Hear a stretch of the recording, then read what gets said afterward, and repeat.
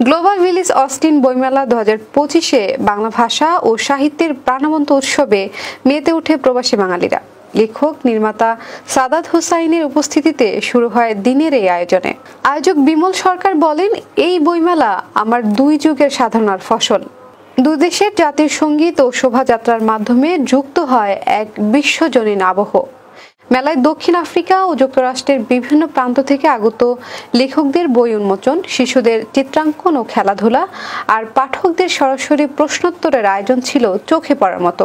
প্রকাশকদের মধ্যে ছিল বাংলা একাডেমি, অনন্যা, কালের চিঠি, দেশজ সহ আরো অনেকে। বইয়ের পাশাপাশি ছিল গান, সাহিত্য আলোচনা আর চা চক্র ও নৈশভোজ, সবই সবার জন্য উন্মুক্ত।